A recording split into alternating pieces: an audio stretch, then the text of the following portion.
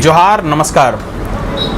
झारखंड में चुनाव होने वाले हैं, 2 चरणों में चुनाव है, 13 नवंबर और 20 नवंबर को 2 चरणों में चुनाव होंगे। 81 विधानसभा की सीटें हैं, 41 जादुई आंकड़ा है। टिकट का बंटवारा लगभग हो चुका है, टिकट मिल चुके हैं और इसी बीच भगदड़ भी मची हुई है। कुछ लोग झामुमो से भाजपा में आए हैं, कुछ भाजपा से झामुमो में भी गए हैं। संभावनाओं का दौर चल रहा है, लोग संभावनाएं तलाश रहे हैं, अपनी राजनीतिक जमीन स्थापित करने के लिए तलाश रहे हैं। तो अब झारखंड किस ओर जाएगा? क्या यहाँ एक मजबूत सरकार बनेगी या फिर पहले की ही जैसा लाठियों पर बैसाखियों पर सरकार चलेगी? हमारे साथ चर्चा करने के लिए वरिष्ठ पत्रकार रितेश जी हैं, रितेश कश्यप जी, और मैं सुधीर शर्मा रांची से हूँ। मैं रितेश जी से जानना चाहता हूँ कि क्या लग रहा है, झारखंड में एक मजबूत सरकार फिर से बनेगी या फिर किसी को भी स्पष्ट बहुमत नहीं मिल पाएगा?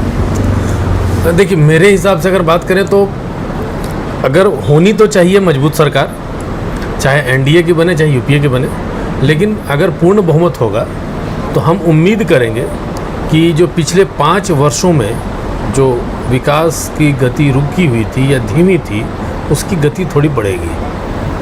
सवाल ये नहीं है कि सरकार किसकी बन रही है, सवाल ये है सरकार जिसकी भी बने मजबूती से बने।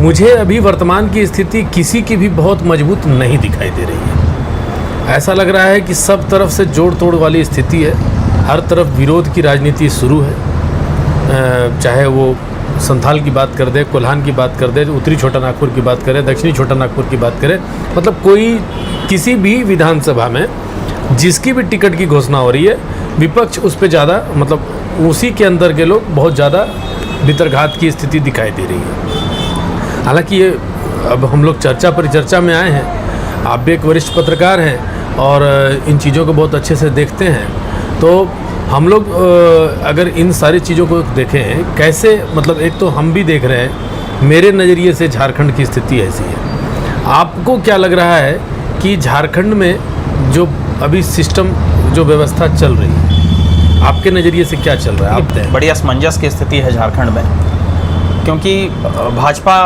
ने अभी हरियाणा में ज़बरदस्त जीत हासिल की है। भाजपा के हौसले बुलंद हैं। यहाँ कैंपेन करने के लिए देश के कृषि मंत्री शिवराज सिंह चौहान और असम के मुख्यमंत्री हिमंता बिस्वा शर्मा हैं, उन दोनों ने कमान संभाली हुई है। उसके साथ प्रथम मुख्यमंत्री बाबूलाल मरांडी यहाँ के प्रदेश अध्यक्ष हैं। पूर्व मुख्यमंत्री और पूर्व केंद्रीय मंत्री अर्जुन मुंडा भी, उनकी पत्नी अभी मैदान में है, लेकिन अर्जुन मुंडा के हाथों में बागडोर है। उसके पूर्व के मुख्यमंत्री मधु कोड़ा, उनकी पत्नी भी मैदान में है, जो पहले कांग्रेस में थी। तो अब बाबूलाल मरांडी, अर्जुन मुंडा और एक झामुमो के पूर्व मुख्यमंत्री चंपाई सोरेन भी अभी हाल में भाजपा में शामिल हुए हैं। तो चंपाई सोरेन, बाबूलाल मरांडी, मधु कोड़ा, अर्जुन मुंडा, ये 4 पूर्व मुख्यमंत्री जो भारतीय जनता पार्टी के थे, वो अब भारतीय जनता पार्टी के अब टीम में हैं। अब 4 पूर्व मुख्यमंत्री, उसके बाद एक स्टेट के मुख्यमंत्री, केंद्र से कृषि मंत्री, ये लोग मिलकर के भाजपा की एक मजबूत सरकार बनाना चाहते हैं। गठबंधन पिछली बार नहीं हुआ था, आजसू के साथ गठबंधन टूट गया था, उसका भी खामियाजा भारतीय जनता पार्टी को भुगतना पड़ा था। बिल्कुल, ये एहसास भारतीय जनता पार्टी को भी है और आजसू को भी है, क्योंकि वो भी अपनी सीट बचाना चाहते हैं, अपना राजनीतिक अस्तित्व बचा कर रखना चाहते हैं। मुझे लगता है कि भारतीय जनता पार्टी संगठनात्मक रूप से थोड़ी मजबूत दिखाई देती है झामुमो के मुकाबले। इनके पास एक बड़ा कैडर है, अच्छी टीम है, सोशल मीडिया में काफ़ी एक्टिव है, मीडिया मैनेजमेंट काफ़ी अच्छा है इनका। लेकिन अगर दूसरा पक्ष देखेंगे तो हेमंत सोरेन की छवि आज झारखंड में, अगर आप गाँव में जाएंगे तो वहाँ के लोगों को कोई बहुत फ़र्क नहीं पड़ता है कि भ्रष्टाचार का क्या मुद्दा रहा। लोगों को ये लगता है, और ये एक नैरेटिव इस्टेब्लिश करने में जेएमएम के लोग काफ़ी सफल रहे हैं, कि एक आदिवासी होने के नाते हेमंत सोरेन को किसी मामले में फंसाया गया और जेल भेजा गया, ये केंद्र की साजिश है। झामुमो के लोग इसे प्रचारित करते रहे और आज के दिनों में गांव में ये बात इस्टेब्लिश्ड है। एक पढ़े लिखे और संभ्रांत वर्ग के लोग भले मानते होंगे कि किसी मामले में गए हो, लेकिन गांव में आप ये नहीं बता सकते हैं कि हेमंत सोरेन भ्रष्टाचार के मामले पर जेल गए थे। तो अब अगर ऐसे देखते हैं हम जेएमएम ने अंतिम दौर में, जब सरकार के अंतिम 6 महीने बचे थे, तब इन्होंने बड़ी ज़ोरदार घोषणाएं की, जैसे मैया सम्मान योजना। इसमें प्रतिमाह 1,000 रुपये देने का प्रावधान था 18 वर्ष से 49 वर्ष तक की महिलाओं को। जब ये योजना तो काफ़ी सफल दिख रही थी, गांव में इसको फॉर्म भरने के लिए लोग बहुत उत्साहित थे। सरकार का दावा है कि 56 लाख लोग, 56 लाख महिलाएं इस योजना से लाभान्वित हो रही है और अभी तक 3 किस्तों में 1,000 रुपये महिलाओं के खाते में चली गई। इसके बाद भाजपा ने भी पलटवार किया और उन्होंने एक गोगो दीदी योजना लेकर आए। गोगो दीदी योजना के नाम पर फॉर्म भराया जाने लगा। लोगों को ये बताया गया कि एक वचन पत्र है, भाजपा की सरकार जैसे ही बनेगी आपके खाते में हर महीने 11 तारीख को 2,100 रुपये आपके खाते में आ जाएगी। तो जाहिर है ये एक उनसे बड़ी लकीर खींचने की कोशिश की गई, लेकिन ये एक चुनावी वादा है। इसमें अब भाजपा के कार्यकर्ताओं ने दावा किया कि प्रत्येक बूथ में करीब 40,000 50,000 महिलाओं ने फॉर्म भरा है। सच्चाई शायद भाजपा वालों को ही पता होगी, आंकड़े ऐसे सार्वजनिक नहीं किए गए हैं। लेकिन अब इस योजना का भी कुछ काट चाहिए था झामुमो को भी। तो झामुमो ने क्या किया कि इलेक्शन कमीशन के पास गए और वो बोले कि जब ये एक चुनावी योजना है तो हम भी ऐसी योजना लाने के लिए स्वतंत्र हैं। उन्होंने पलटवार करते हुए 2,500 रुपये प्रति माह देने का वादा कर दिया जी, और बताया कि दिसंबर माह से जिनके खाते में 1,000 रुपये आ रही थी, झामुमो की सरकार बनेगी, अब प्रत्येक महीने की 1 तारीख को, पहले ये लोग 15 तारीख के आसपास दे रहे थे, प्रत्येक महीने की 1 तारीख को 2,500 रुपये मिलने लगेंगे। घोषणा पे घोषणा, घोषणा पर घोषणा। मतलब एक तरह से कहें कि लुभावने वादे हैं। अब 1,000 रुपये देना शुरू कर दिया। 1,000 रुपये अभी कोई कम नहीं होता, प्रोत्साहन की राशि है।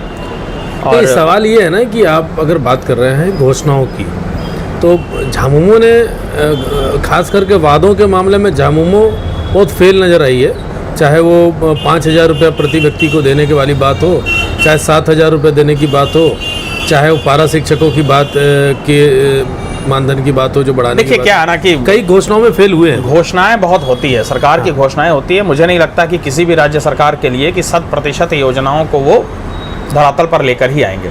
लेकिन हाँ, 5 लाख नौकरी देने का वादा हेमंत सोरेन का बहुत बड़ा वादा था और उन्होंने सार्वजनिक मंच से घोषणा की थी कि अगर मैं नौकरी नहीं दे पाया तो मैं राजनीतिक जीवन से संन्यास 5 लाख नहीं 5,000 भी हर साल दिए होते तो थोड़ा अच्छा होता। अगर 5,000 प्रति वर्ष नहीं, बीच में तो कोरोना का काल रहा था, 2-2.5 साल कोरोना के काल में निकल गया। बोलना ये चाह रहे हैं कि उसको 5-25,000 भी टोटल नौकरी दे दिए होते। अब ये आंकड़े तो मुझे ऐसा याद नहीं है, लेकिन क्योंकि उनकी एक लेकिन सरकार के अंतिम दौर में बहुत सारे शिक्षकों की नियुक्तियां हुई है, अच्छा, कुछ डॉक्टरों की नियुक्तियां हुई है, इंजीनियर्स की नियुक्तियां हुई है। तो और एक गलती ये रही है कि स्थानीयता परिभाषित नहीं होने के कारण आज भी जब भी कोई वैकेंसी निकलती है, परीक्षाएं होती है, या तो परीक्षाएं आपके पेपर लीक की भेंट चढ़ जाते हैं, या फिर वो आरक्षण के मामले में हाई कोर्ट में चला जाता है और उस पर स्टे लग जाता है जी। तो ये एक पक्ष है जिसे मुझे लगता है कि पक्ष और विपक्ष दोनों को मिलकर के इसे सुलझाना चाहिए। समस्या ये है इसमें तकनीकी समस्याएं क्या है, तकनीकी समस्याओं इस पूरे प्रकरण में सुधीर जी, आपको नहीं लगता है कि ठीक है, एक पक्ष तो ये है, आपने एक पक्ष बताया झारखंड मुक्ति मोर्चा ने क्या किया, आपको ये नहीं लगता है कि भारतीय जनता पार्टी इन चीज़ों को, ये तो चीज़ें उन्होंने जो किया वो अपनी बातें प्रचार कर रहे हैं, चर्चा कर रहे हैं, ये जो नहीं किया भारतीय जनता पार्टी क्या उस चीज़ को समाज के बीच में ला पा रही है? भारतीय जनता पार्टी इसी मुद्दे पर राजनीति कर रही है। विगत 5 वर्षों से इनके पास एक मुद्दा रहा है कि सरकार में भ्रष्टाचार है, नौकरी देने में विफल है, महिला की सुरक्षा का बड़ा प्रश्न है। आप झारखंड को अगर नज़दीक से जानते हैं तो इन मुद्दों को आप दरकिनार नहीं कर सकते हैं। ये बहुत बड़े मुद्दे हैं। महिला सुरक्षा एक बहुत बड़ा मुद्दा है। राजधानी रांची में आज महिलाएं सुरक्षित नहीं है और सरकार इसमें विफल रही है। इसे कहने में कहीं कोई अतिशयोक्ति नहीं है। सरकार की महिला को 1,000 रुपये दे रहे हैं और उसको रास्ते में आकर के किसी चोर ने लूट लिया, ये तो मुझे लगता है कि अपनी नाकामियों को कवर अप करने के लिए ये 1,000 वाली योजना लाई गई और ये झामुमो के पक्ष में रही, क्योंकि कैश एक बड़ा चीज़ होता है। किसी के खाते में पैसे आने लगे तो पुराने मुद्दों को लोग भूलने लगे। अब ये कितना भूले हैं ये कहना, तो अब ये तो 13 और 20 तारीख को ही ईवीएम में कैद हो पाएगा, लोगों का क्या फैसला होता है। लेकिन सबसे बड़ा विषय यही है कि आज भले ही हम घोषणा पर घोषणा करते जा रहे हैं, चाहे वो भाजपा हो चाहे झामुमो हो। एक घोषणा आती है, आप उसके काउंटर में कुछ बड़ी घोषणा कर देते हैं, लोगों को लगता है कि अब हम कुछ और मिलेगा, तो मुफ्त में तो आप बहुत कुछ देते चले जा रहे हैं। अब लेकिन जो मूल विषय है कि महिला की सुरक्षा कहाँ है, मूल विषय है कि युवाओं को नौकरी क्यों नहीं मिल रही है, हम उस पर पिछड़ते जा रहे हैं। बाद में पता चलेगा कि हम ये पैसे लेकर के बड़े लोगों को बड़ा अच्छा लगेगा और जो मुख्य मुद्दा है वो कहीं और गौन होते चला जाएगा। हम लोग भी जैसे अभी चर्चा कर रहे हैं तो और अचानक से इन चीज़ों की चर्चा कर रहे हैं कि गोगो दीदी योजना का घोषणा हो गया, गोगो में फिर मैया का योजना हो गया, मैया योजना का 1000 को फिर 2500 कर दिया गया। हम लोग या अगर अन्य मीडिया की बात करें तो हम लोग इन्हीं चीज़ों पे चर्चा कर रहे हैं। हम लोग एक बार भी इस विषय पर चर्चा नहीं कर रहे हैं कि नक्सली जो समाप्त हो चुके थे फिर से सर उठाने लगे। जिस तरीके से महिलाओं के प्रति जो आज पिछले 5 सालों से अपराध में ज़बरदस्त इजाफा हुआ, कहीं ना कहीं वो तो प्रशासनिक फेलर है। पुलिस को रोंद दिया जाता बिल्कुल, है। बिल्कुल बिल्कुल ये फेलियर है। हाँ। और एक तो सरकार की ये बहुत बड़ा कुतर्क कह सकते हैं कि रहता है कि भाई फलाने राज्य में भी तो ये हो रहा है। हाँ। मतलब अगर भारतीय जनता पार्टी महिलाओं के बलात्कार का प्रश्न उठाती है तो ये लोग काउंटर करते हैं कि भाई उत्तर प्रदेश में भी हो रहा है, गुजरात में भी हो रहा है, आप वहाँ के बारे में क्यों नहीं बोलते हैं। तो ये मुझे लगता है कि अपनी नैतिक जिम्मेदारी न लेते हुए अपनी विफलताओं को ढकने का एक बड़ा ही झूठा प्रयास दूसरे होता है। फोड़ के हम ठीकरा दूसरे पर फोड़ना है अपना। लेकिन उस महिला के बारे में उन्होंने नहीं सोचा नहीं, वो कि जो महिला बलात्कार पीड़ित है उसके ऊपर क्या स्थिति बीत रही होगी।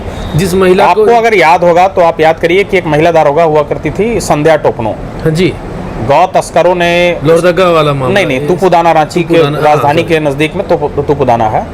अब वहाँ उनकी ड्यूटी लगती है अकेले। तस्कर जो होते हैं, गौ तस्कर, वो गाड़ी लेकर भागते हैं, वो किसी तरह रोकने का प्रयास करती है और गाड़ी उसके ऊपर चढ़ा करके करीब 200-300 मीटर उसे घसीट कर ले जाती है। मौके पर ही उसकी मौत हो जाती है। अब आप कल्पना करिए कि एक आदिवासी महिला, जिस आदिवासी कल्याण की बात होती है इस राज्य में, एक आदिवासी महिला, एक तो बहुत मेहनत से वो वहाँ उस मुकाम पर पहुँची होगी। बिल्कुल। अब वहाँ पर वो खुद सुरक्षित नहीं है और उसके बाद भी बड़ी ही ओछी राजनीति होती है, यहाँ एक दूसरे को ब्लेम किया जाता है। इसके बाद सारे मामले पर बताया जाता है कि उत्तर प्रदेश को देखिए, सारे मामले फिर दब जाते हैं। हाँ। जो मुझे लगता है कि ऐसे मुद्दों पर तो यहाँ के सभी राजनेताओं को एक होकर के, एकजुट होकर के महिला सुरक्षा को सबसे पहला मुद्दा बनाना चाहिए। अभी आपने जैसे बोला, एक और शुरुआत में आपने बोला भ्रष्टाचार को लेकर के, सवाल ये नहीं है कि हेमंत सोरेन पर भ्रष्टाचार के आरोप कितने सिद्ध हुए, उनके मंत्रियों की अगर बात की जाए, उनके सहयोगियों की बात की जाए, अन्य क्षेत्रों में, कोयला के क्षेत्र में बात की जाए जहां से कोयला नहीं, बिल्कुल देखिए, मुझे लगता है कि ऐसे ही कोई जेल नहीं जाते होंगे और बाकायदा अब जैसे यहाँ के ग्रामीण विकास मंत्री है आलमगीर आलम कई दिनों से जेल में बंद है। उनके सहयोगियों के यहाँ से, उनके पर्सनल सेक्रेटरी के यहाँ से करोड़ों रुपए बरामद हुए। अब साक्ष्य तो है सामने, रुपए निकल रहे हैं। एक और यहाँ पे आ गया दिमाग में मेरी बात, हेमंत सोरेन के खिलाफ साक्ष्य नहीं है, ये मान लिया मैंने, लेकिन पंकज मिश्रा उन्हीं के प्रतिनिधि हैं। आज भी है, पंकज मिश्रा जेल में है ना। पूजा सिंघल वो भी जेल में है, अभिषेक करके भी थे, छवि रंजन है जमीन घोटाले में। ये सारे लोग तो इन्हीं के कार्यकाल में जेल गए। देखिए, मुझे लगता है कि भ्रष्टाचार कोई भी करे, चाहे वो प्रशासनिक अधिकारी हो, चाहे सरकार का कोई भी हो, भ्रष्टाचार के ऊपर कोई उस पर बार्गेनिंग नहीं होनी चाहिए। भ्रष्टाचार पे एकदम अपना स्टैंड क्लियर होना चाहिए कि जो भी गड़बड़ करेगा उसको सजा मिलेगी, उस पर एक्शन होना चाहिए, चाहे वो पक्ष के हो चाहे विपक्ष के हो। बिल्कुल। अब ऐसा नहीं है कि पक्ष का भ्रष्टाचार जो है वो दूसरे प्रकार का भ्रष्टाचार है, अच्छा भ्रष्टाचार है। और भावनाथपुर के मैंने इनको पूछा था, जो विधायक हैं भानु प्रताप शाही, उनसे पूछा गया, पत्रकार ने पूछा प्रेस कॉन्फ्रेंस में कि ऐसा क्यों हो रहा है कि ईडी का जो छापा है या इस तरह के एजेंसियों का छापा है वो सिर्फ विपक्ष को लग रहा है, जैसा नैरेटिव बनाने का प्रयास हो रहा था कि सिर्फ विपक्ष पे छापा मारा जा रहा है। असल में क्या है ना कि अगर छापा मारी जाती है तो उसको मीडिया इस तरीके से बना भी देता है। तो उन्होंने ये जवाब दिया था, मुझे याद आ रहा है कि भाई ईडी का छापा है, बोल रहे हैं कैसे आप बात कर रहे हैं कि ईडी का छापा है सिर्फ, हमारे ऊपर भी तो छापा पड़ा हुआ है, हम भी जमानत पे घूम रहे हैं। इसका मतलब कि ऐसा तो नहीं है कि हम भाजपा के तो हमको छोड़ दिया गया और कोई भाजपा का नहीं है तो उसको पकड़ लिया गया। तो ये भी एक नैरेटिव बनाया जा रहा है कि ये छापामारी जो हो रहा है सिर्फ विपक्ष देखिए, का हो मुझे रहा लगता है कि ये सभी के सरकारों में होता है। सरकार अगर विपक्ष के ऊपर कार्रवाई करती है तो विपक्ष की ये रणनीति भी रहती है कि अपने फेवर में करने के लिए खुद को विक्टिम पॉलिटिक्स जो होती है कि खुद को विक्टिम दिखाने की कोशिश की जाती है। है। तो लेकिन ठीक है, आप विक्टिम हैं, आप पे प्रशासन या पक्ष नहीं, ये विपक्ष हमेशा यही दिखाना चाहेगा कि मैं निर्दोष हूँ। नहीं, हम बोल रहे हैं विक्टिम हैं आप पीड़ित है, शोषित है, पूरी तरह से सब कुछ है, लेकिन आपके घर से पीड़ित व्यक्ति के घर से, विक्टिम व्यक्ति के घर से 350 करोड़ कैसे निकल रहे हैं? 350 करोड़ रुपए दिखा, मीडिया में आया, खबर में आया, प्रधानमंत्री ने भी बाद भी निकल रहे हैं। पूजा सिंघल भी निकल रहे हैं। हाँ, पूजा सिंघल उसी मामले में है। अभी हाल में आलम जी के घर में से बहुत सारी चीजें बरामदगी हुई। तो रेगुलरली ईडी का नोटिस इनको भी पड़ा, बड़कागांव विधानसभा के जो विधायक है।